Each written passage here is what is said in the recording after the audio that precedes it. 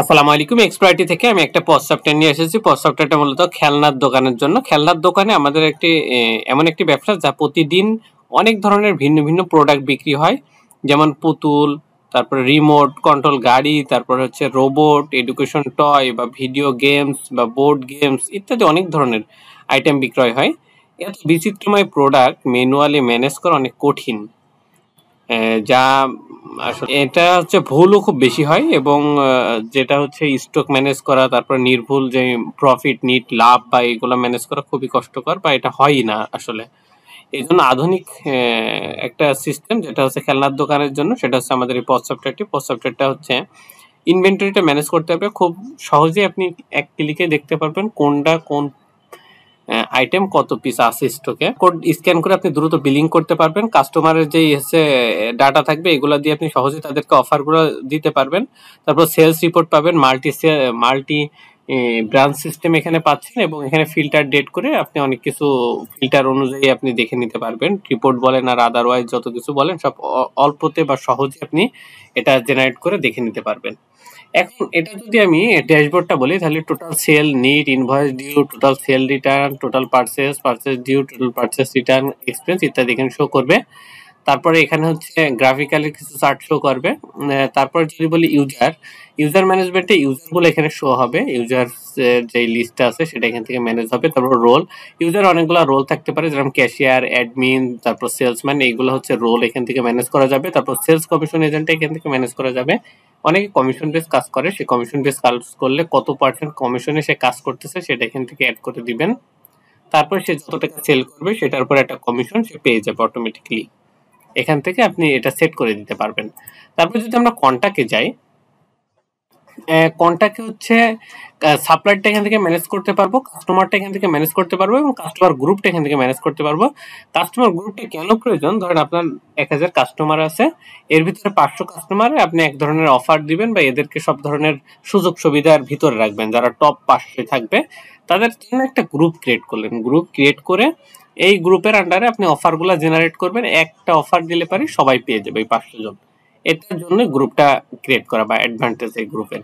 তারপরে import contact হচ্ছে আপনি বাল্ক আকারে এই এক্সেলটা ডাউনলোড করতে পারবেন। বাল্ক আকারে এখানে অনেক ডাটা আপনি আপলোড করতে পারবেন একসাথে। ইনস্ট্রাকশনটা ফলো করার পরে আপনি এটা একবার আপলোড করলে একবার আপলোড হয়ে যাবে।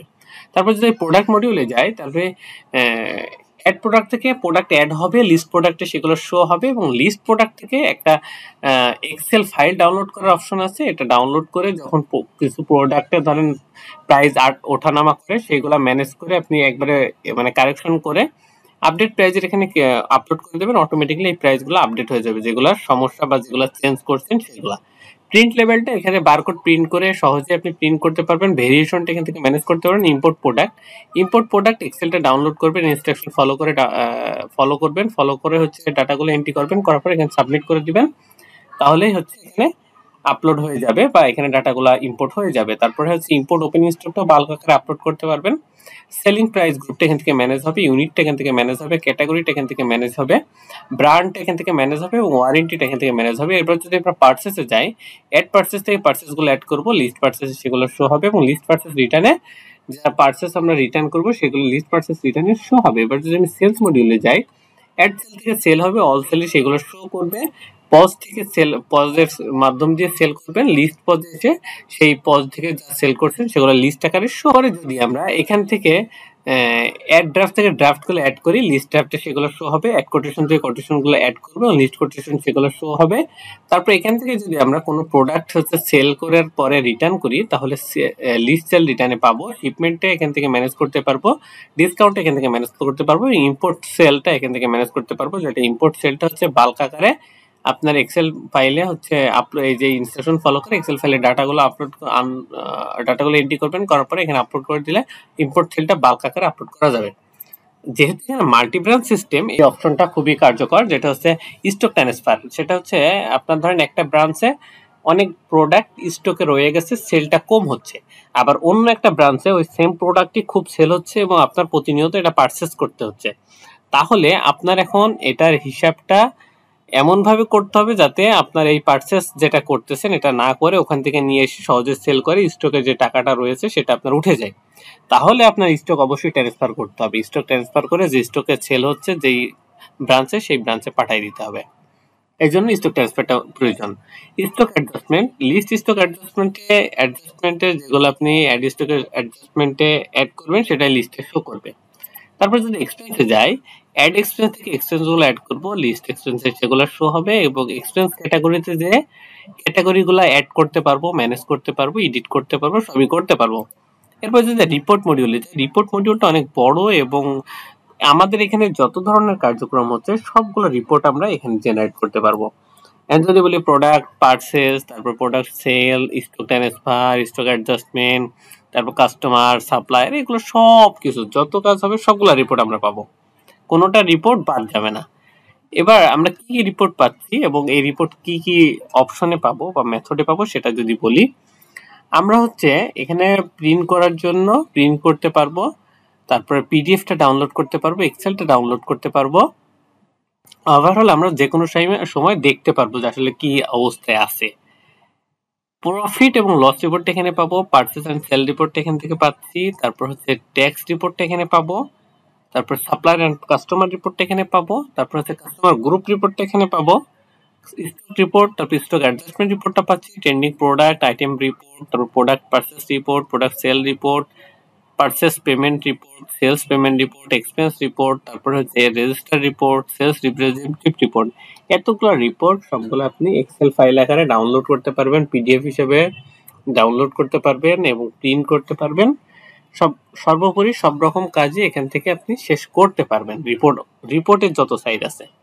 অ্যাক্টিভিটি লগটা হচ্ছে আমার শপে আমরা যেরকম সিসি ক্যামেরায় লাগিয়ে রেকর্ড করে রাখি এবং মনিটর করি, সেম ভাবে অ্যাক্টিভিটি লগটা হচ্ছে আমার এই পজ সফটওয়্যারের সিসি ক্যামেরা। এখানে যতগুলো ইউজার আছে, ইউজার কখন ঢুকতেছে, কখন বেরোচ্ছে, কি কি সেল করতেছে, কি কি পারচেস করতেছে, সব এখানে থাকবে। এখন কোন ইউজার কোন সমস্যা করলো সেটা সহজে আইডেন্টিফাই করা যাবে। এটা হচ্ছে অ্যাক্টিভিটি লগ। এবার নোটিফিকেশন টেমপ্লেট, আমরা কাস্টমার এবং যেগুলো হচ্ছে সাপ্লায়ার আছে তাদেরকে অনেক সময় মেসেজ দিই, কারণ হচ্ছে কাস্টমার এবং সাপ্লায়ারের যেই বিষয়গুলো আছে সেটা হচ্ছে তাদেরকে কখন পেমেন্ট দিতে হবে, পেমেন্ট নিতে হবে, রিমাইন্ডার দিতে হবে, নিউ বুকিং থাকলে সেগুলো দিতে হবে, সেলগুলো দিতে হবে, এই মেসেজগুলো তাকে পাঠানোর জন্য এখান থেকে আমরা ম্যানেজ করতে পারি আর কি। তারপরে সেটিংসটা হচ্ছে বিজনেস রিলেটেড যত সেটিংস আছে সবগুলো এখান থেকে ম্যানেজ হবে।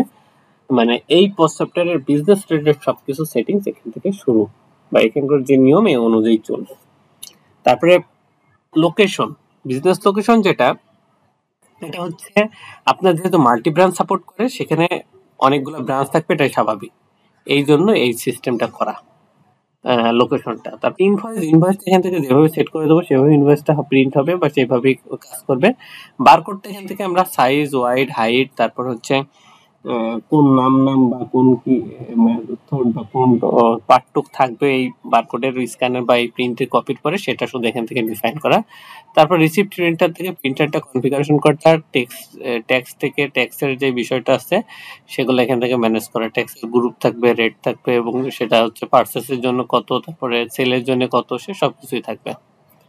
এবং প্যাকেজ সাবস্ক্রিপশনটা এক্সপ্লয়েটি থেকে দেবে। এক্সপ্লয়েটির সাথে যোগাযোগ করার জন্য স্ক্রিনে দেওয়া নাম্বার এবং ভিডিও ডেসক্রিপশনে ডিটেলস দেওয়া আছে, এখান থেকে যোগাযোগ করতে পারেন। যে কোনো প্রয়োজনে আমাদের সাথে যোগাযোগ করতে পারেন এবং এটা দিলাম আমরা আমাদের পুরো সফটওয়্যারটার ওভারভিউ ছাড়া আমাদের প্রত্যেকটা মডিউলে আলাদা আলাদা ভিডিও রেকর্ড করা আছে, সেটা আপনারা চাইলে দেখে নিতে পারেন। আমাদের ইউটিউব চ্যানেল আছে এক্সপ্লয়েটি ইউটিউব চ্যানেলে যদি যান, স্ক্রিনে আপনারা দেখতে পাচ্ছেন এক্সপ্লয়েটের যে ইউটিউব চ্যানেল সেটা দেখতে পাচ্ছেন এবং এর সাথে সাথে যদি আপনি প্লে লিস্টে যান, প্লে লিস্টে গেলে দেখতে পারবেন যে পজ সফটওয়্যারটা যেটা আছে সেটা এখানে দেখতে পাচ্ছেন, পজ সফটওয়্যারের যে প্লে লিস্টটা, এবং এখানে প্রত্যেকটা ভিডিও খুব সুন্দর করে বোঝানো আছে, আপনারা দেখে নিতে পারেন এবং যে কোনো প্রয়োজনে আমাদের স্ক্রিনে দেওয়া নাম্বারে যোগাযোগ করতে পারেন। সকলকে ধন্যবাদ। আসসালামু আলাইকুম।